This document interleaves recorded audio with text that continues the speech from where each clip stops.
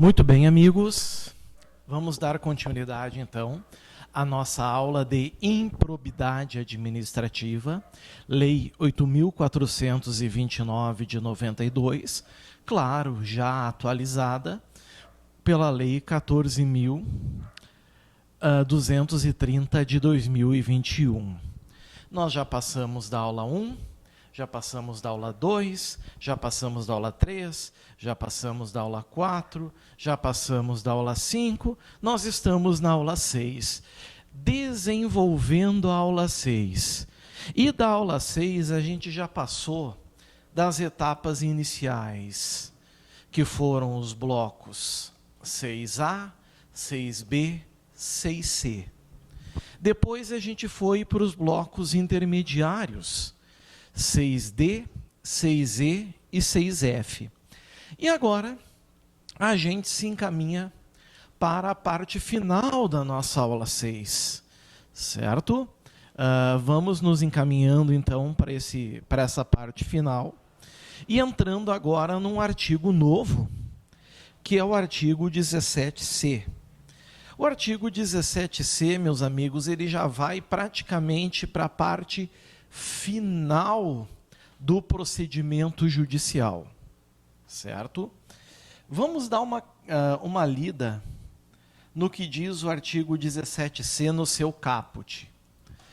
A sentença proferida nos processos a que se refere esta lei deverá, além de observar o disposto no artigo 489 da Lei 13.105 de março de 2015, aí vem um rol. Senhores, se fala sentença, a gente sabe que nós estamos tratando aqui de um ato judicial, certo? Nós estamos tratando de um ato judicial. Por quê? Porque sentença é um ato que só pode ser proferido por um juiz.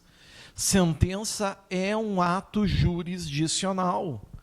Membro do Ministério Público não profere sentença, pessoa jurídica não profere sentença. Aliás, agora há poucos dias, saiu uma decisão de que iniciar uma ação de improbidade não é mais exclusividade do Ministério Público. Pessoas jurídicas também podem. Entendimento da nossa jurisprudência. Mas a sentença é sempre de um juiz. Então diz aqui, a sentença proferida nos processos a que se refere essa lei deverá. Lembrem sempre dessa palavrinha em prova, né? Deverá, norma impositiva. Vocês sabem que as bancas estão cada vez mais sacanas e o examinador cada vez mais preguiçoso.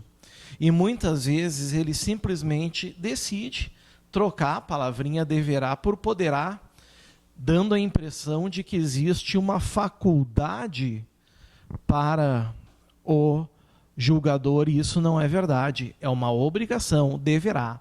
Além de observar as regras do CPC, que é o Código de Processo Civil, professor, que regras são essas? Não nos interessa aqui, pessoal.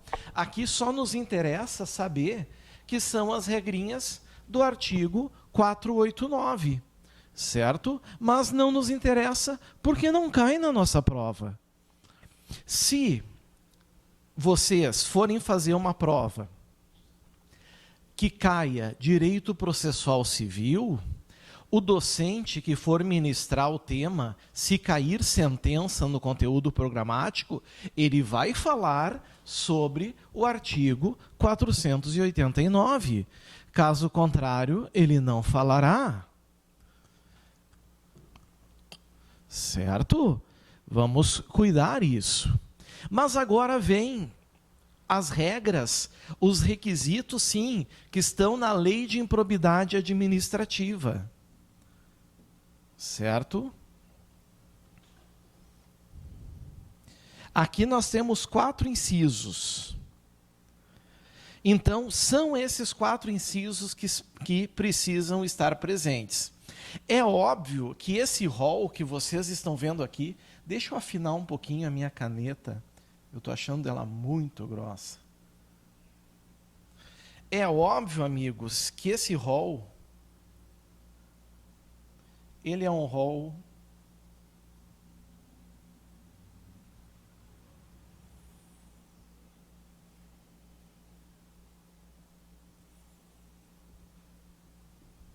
exemplificativo. Ele é um rol exemplificativo, pessoal. Por quê? Porque não são somente esses requisitos, também são aqueles requisitos do artigo 489 do Código de Processo Civil. Então é importante lembrar isso. Mas quais são eles? Vamos ver. O inciso 1 diz: indicar de modo preciso, ou seja, não pode ser de forma abstrata, de forma genérica. Então, o legislador aqui deixou muito claro: indicar de modo preciso os fundamentos, ou seja, o porquê, que demonstram os elementos a que se referem. O artigo 9º, que a gente já viu, que são os atos de improbidade administrativa que importam em enriquecimento ilícito. O artigo 10, que são os atos de improbidade administrativa que ocasionam prejuízo ao erário. E o artigo 11, que são os atos de improbidade administrativa que importam, acarretam prejuízo aos princípios da administração pública. O juiz, quando der a sentença, então, quando proferir a sentença, ele tem que indicar os fundamentos que demonstram esses elementos. Senão, meus amigos, nós vamos ter uma sentença nula. Desculpem, nós vamos ter uma nulidade da sentença, certo? Que não podem ser presumidos. O que isso quer dizer? Não há presunção aqui, nem relativa, que admita prova em contrário, certo? Nem absoluta, que não admita prova em contrário. Nem relativa, que nós chamamos de presunção iuris tantum, e nem absoluta, que é a presunção iuri ad iure. O juiz é obrigado a colocar na sentença. Ok? Cuidem isso. 2. Considerar as consequências práticas da decisão, sempre que decidir com base em valores jurídicos abstratos. Pessoal, em nenhum momento está dizendo que o juiz não pode tomar por base valores jurídicos abstratos, como dignidade da pessoa, por exemplo, certo? Como valores à vida, à segurança. Pode, nada impede. Mas ele tem que considerar as consequências práticas disso. Vai realmente ocasionar uma lesão para esses valores? Ele tem que colocar isso na sentença. 3. Considerar os obstáculos e as dificuldades reais do gestor e as exigências das políticas públicas a seu cargo, sem prejuízo dos direitos dos administrados e das circunstâncias práticas que houverem imposto, limitado ou condicionado à ação do agente. Esses obstáculos aqui, realmente, pessoal, se o juiz perceber que a sentença vai impor algo praticamente inatingível de ser alcançado, ele tem que reconsiderar. 4. Considerar, esse 4 é importante por quê? Porque esse 4, meus caros, ele vai ter um desdobramento. Considerar para a aplicação das sanções, e vocês sabem que as sanções é o famoso Paris, né? Perda da função pública, ação penal, ressarcimento ao erário, indisponibilidade de bens, suspensão dos direitos políticos. Considerar para a aplicação das sanções, vejam, pode ser isolada, ou seja, uma, ou de acordo com as regrinhas, ou seja, quando importarem enriquecimento ilícito, são aquelas que estão lá no capítulo das penas para esse ato de improbidade. Quando for de prejuízo ao erário, levar em consideração apenas as sanções que podem ser aplicadas quando for praticado esse ato de improbidade. E quando for algo que atinja os princípios da administração pública, da mesma forma, certo? Podem ser isolada ou cumulativa, mais de uma. Aí nós vamos agora para o outro slide e nós vamos ver qual é esse desdobramento. Aqui está. Aqui está. Certo? Pessoal, cuidem. Por quê? Primeiro, fala dos princípios da proporcionalidade e da razoabilidade. Proporcionalidade e razoabilidade. Meus caros, cuidado. Cuidado. Atenção. O que é a proporcionalidade, pessoal? Significa o quê? O juiz vai ver a gravidade daquele ato de improbidade e vai aplicar uma sanção proporcional. Certo? Esse princípio, inclusive, é um princípio constitucional. Lembrem disso. Trata-se de um princípio constitucional. E razoabilidade, que vocês também conhecem muito bem, né? É razoável aplicar essa sanção? Vai atingir os objetivos da sanção? Se for muito além, recua. Se for pouco, avança. Eles são bem conjugados, né? 2, a natureza, a gravidade e o impacto da infração cometida. Eu não sei se vocês perceberam, mas eu posso ir para C também, que é a extensão do dano. D, o proveito patrimonial obtido pelo agente. Aqui são os casos de enriquecimento ilícito.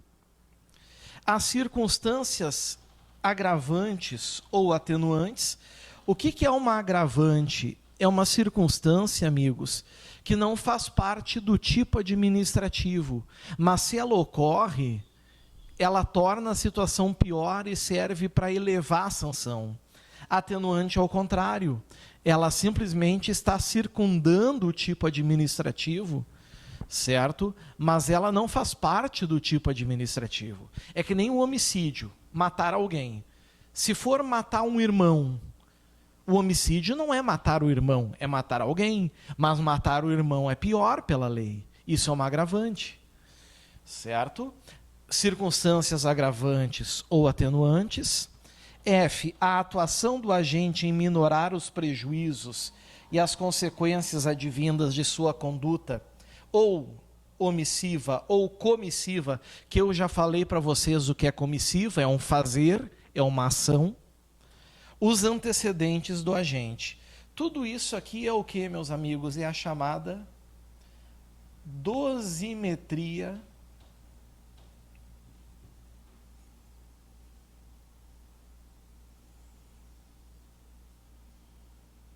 da sanção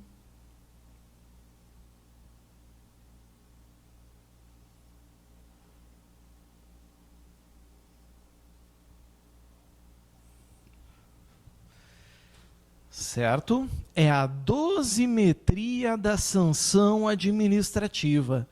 Tudo isso o juiz vai levar em consideração se entender que o agente merece ser condenado, obviamente, para estabelecer qual vai ser a sua sanção. Se ele for absolvido, isso aqui não importa em nada.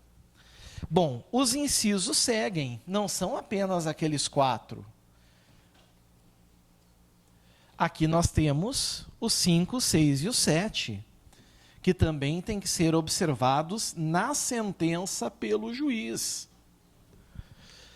Considerar na aplicação das sanções a dosimetria das sanções relativas ao mesmo fato já aplicadas ao agente. Isso aqui é o chamado bis in idem. Bis in idem. Considerar na aplicação das sanções a dosimetria das sanções relativas ao mesmo fato já praticadas pelo agente. Certo? Então, por exemplo, pessoal, o indivíduo cometeu um ato de improbidade administrativa que importa em enriquecimento ilícito. O juiz condena ele por esse ato de improbidade e ainda aplica uma agravante por ele ter se enriquecido ilicitamente. Isso pode? Não. Isso é piorar 2 vezes pelo mesmo fato. Isso é vedado pelo nosso ordenamento jurídico. Inciso 6. Considerar na fixação das penas relativamente ao terceiro. Quem é o terceiro? É o particular que contribuiu com o agente na empreitada do ato de improbidade, quando for o caso, obviamente, né, concurso de agentes, nem sempre isso vai acontecer. A sua atuação específica, não admitida a sua responsabilidade. Cuidado com isso aqui, até vou mudar a cor.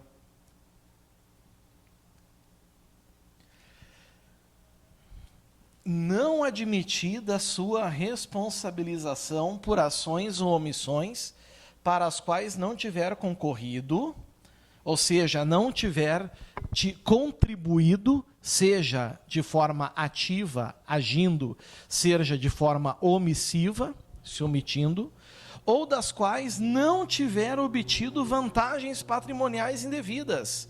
Então, nós só vamos ter concurso de agentes para um particular se ele obter vantagem econômica. Caso contrário, não. Se eu gerar apenas prejuízo ao erário, ele está fora de qualquer responsabilidade por improbidade. Se for apenas lesão aos princípios da administração pública, ele está fora. Também não há nenhuma imposição aqui, certo? Nenhuma aplicabilidade. Só quando houver vantagem patrimonial indevida. Cuidem esse detalhe. Inciso 8. Indicar, na apuração da ofensa a princípios, critérios objetivos que justifiquem a imposição da sanção. Geralmente são aqueles atos de improbidade que atentam, que ferem os princípios da administração pública. Certo? Vencemos aqui, então, mais um tópico. Temos agora um parágrafo 1º.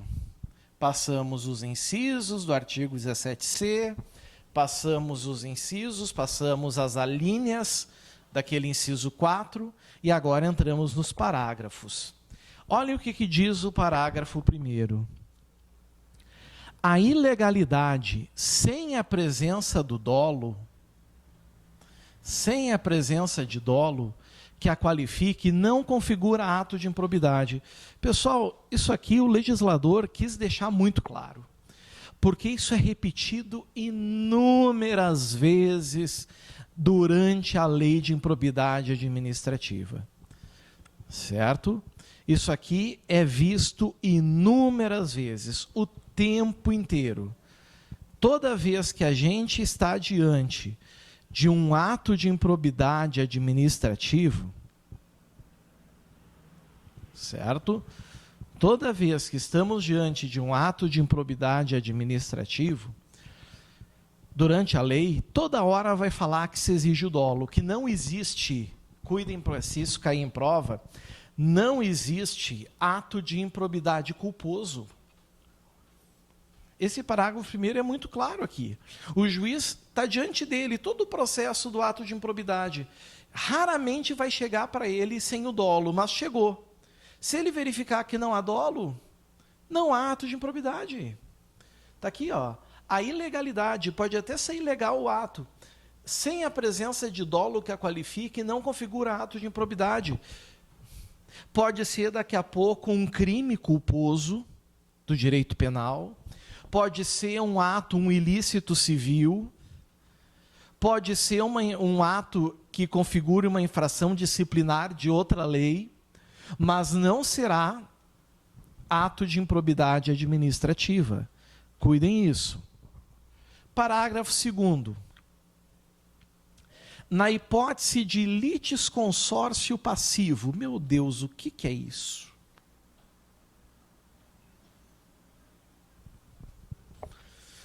Na hipótese de litisconsórcio passivo.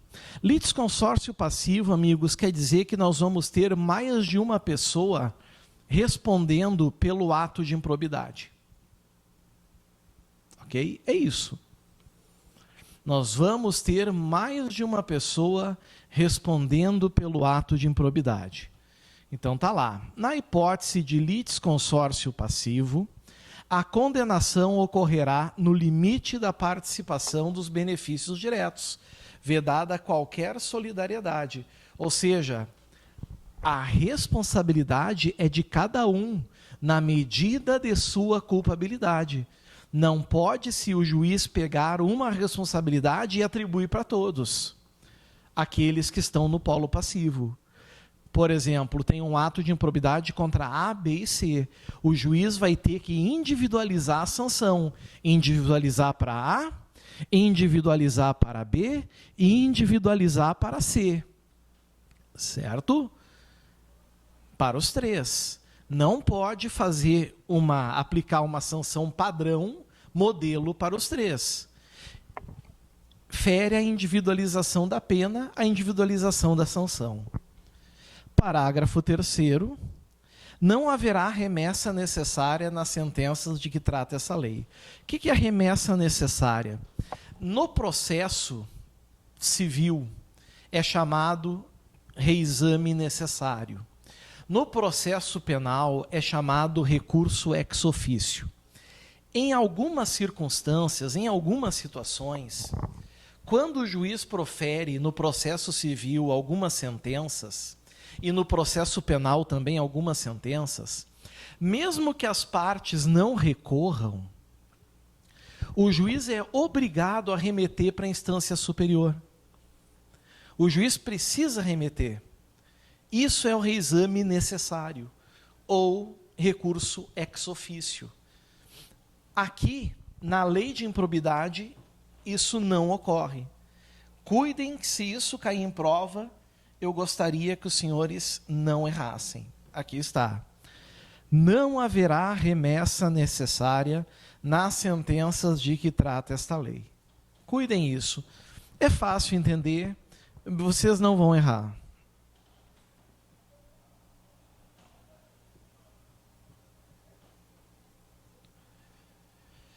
Opa, temos agora um grande slide.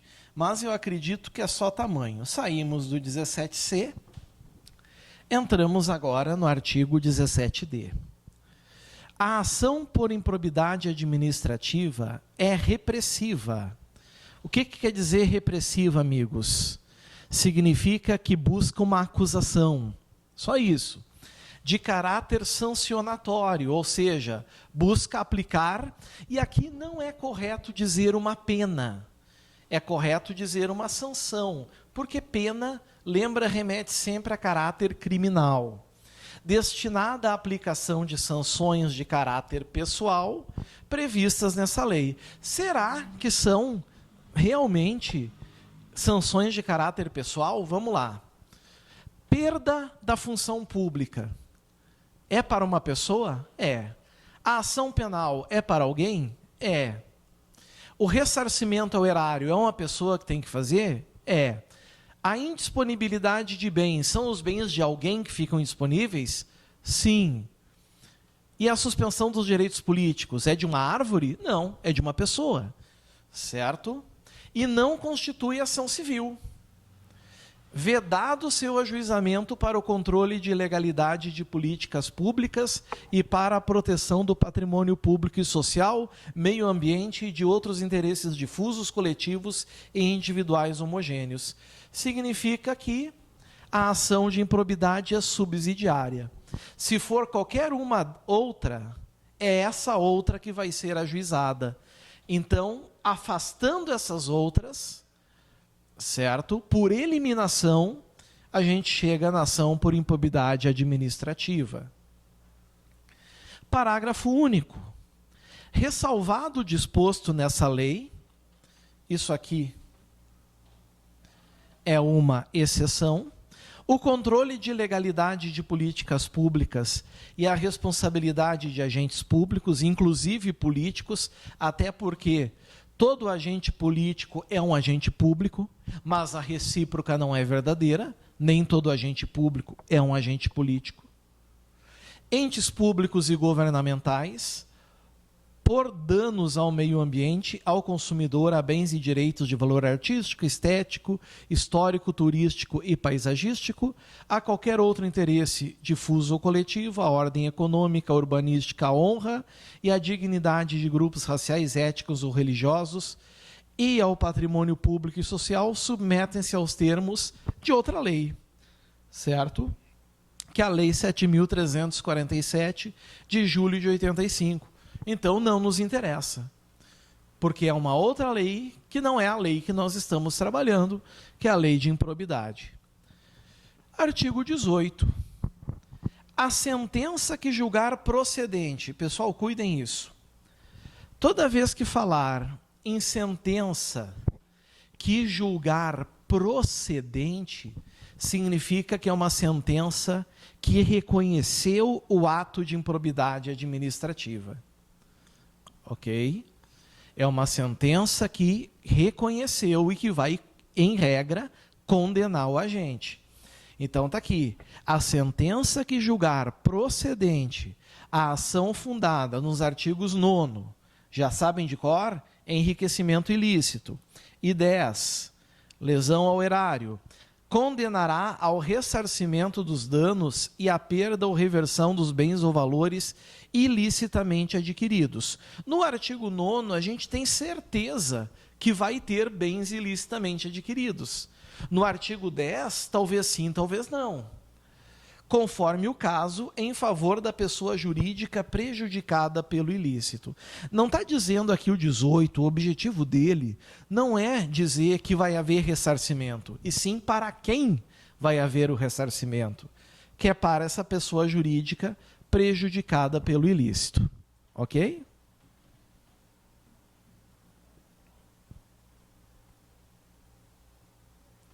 Seguimos nos parágrafos. Temos agora um parágrafo primeiro. Se houver necessidade de liquidação do dano, o que é liquidação do dano? É valorar, saber qual é o valor exato de dano patrimonial. Se houver necessidade de liquidação do dano, a pessoa jurídica prejudicada, vejam que aqui nós já estamos pós-sentença, nós já estamos na fase da execução, tá? A pessoa jurídica prejudicada procederá a essa determinação, ou seja, ela vai buscar a execução, a liquidação do dano, e ao ulterior procedimento para cumprimento da sentença, referente ao ressarcimento do patrimônio público, ou a perda ou a reversão dos bens. Está aqui. Parágrafo 2º. O parágrafo 2º, os senhores precisam cuidar. Por quê? Porque esse parágrafo 2º, meus amiguinhos, ele tem prazo. E prazo os senhores precisam saber de cor.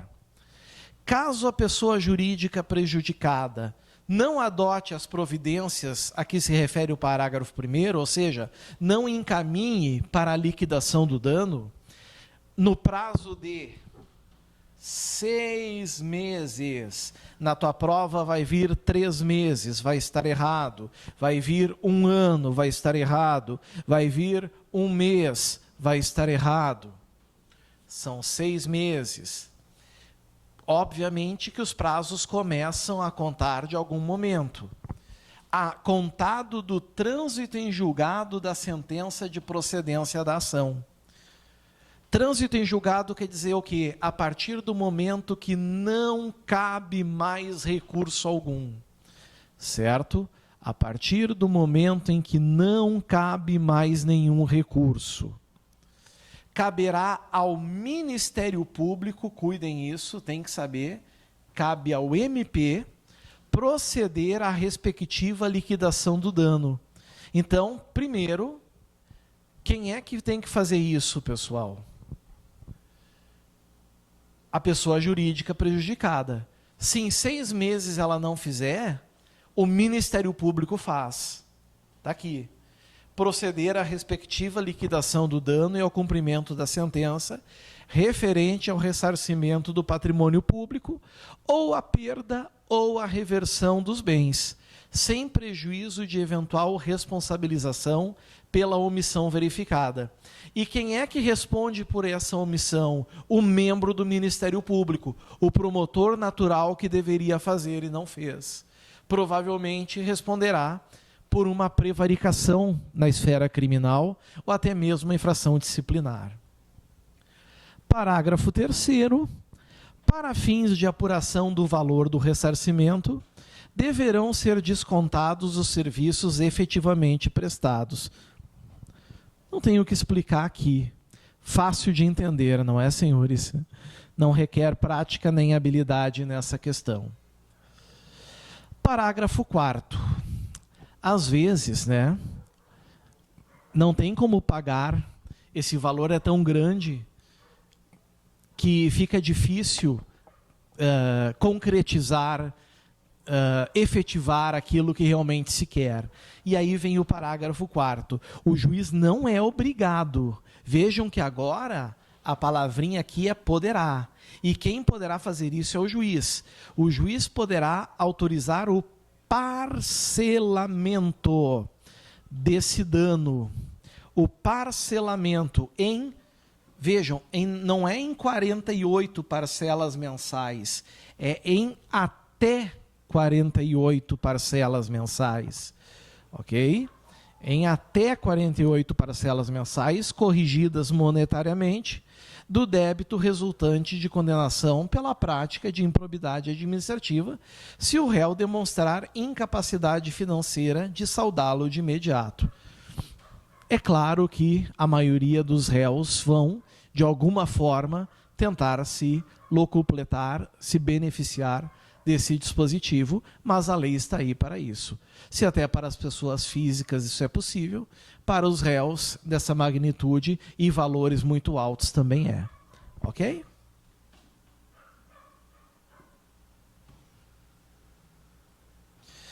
Bom, nós temos que entrar agora no artigo 18A. E é o último slide. Estamos encerrando a nossa aula 6. Vamos lá, então? Artigo 18A. A requerimento do réu, ou seja, a pedido dele, né?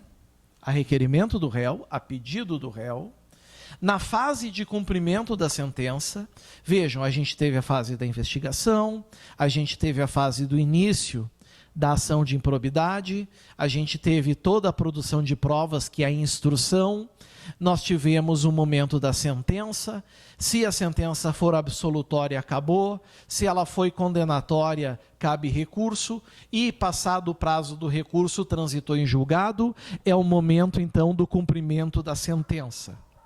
Está aqui. A requerimento do réu, na fase de cumprimento da sentença, o juiz unificará eventuais sanções aplicadas com outras já impostas, principalmente aquele indivíduo reincidente que já está cumprindo uma sanção de improbidade administrativa e é condenado por outra. O juiz vai fazer a unificação para que ele cumpra todas aquelas que ele tem que cumprir, né? Já impostas em outros processos, tendo em vista a eventual continuidade de ilícito ou a prática de diversas ilicitudes, observado o seguinte, e agora estão aqui os dois incisos.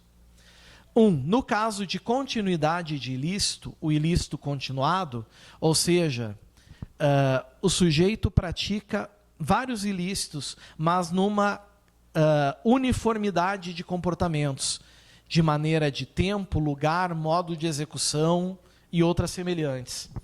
No caso de continuidade de ilícito, o juiz promoverá a maior sanção aplicada aumentada de 1/3. Ele vai pegar uma sanção e aumentar 1/3. Só isso. Certo? Ou a soma das penas, o que for mais benéfico ao réu. Então, o juiz vai fazer uma dosimetria e vai calcular. Uma deu 7, a outra deu 4. Se a soma dá 4, aplica-se 4, certo? Sempre o que é mais benéfico. 2, no caso de prática de novos atos ilícitos pelo mesmo sujeito, aí não tem escolha, o juiz somará as penas, porque aí, senhores, não tem sentido trazer algum elemento benéfico, né? Nós temos aí desígnios autônomos, um concurso de atos de improbidade que não merece benefício. Parágrafo único, para encerrar, fechar o bloco 6G e fechar a aula 6. Parágrafo único. As sanções de suspensão dos direitos políticos e proibição de contratar ou de receber incentivos fiscais ou creditícios do poder público observarão o limite máximo de 20 anos. Quer dizer que vai ser 20 anos? Não. Quer dizer que 20 anos é o período máximo. O juiz vai estabelecer a quantidade, o período, na sua dosimetria, naqueles critérios que a gente viu no artigo 17C. Certinho? E assim, meus caros, a gente encerra,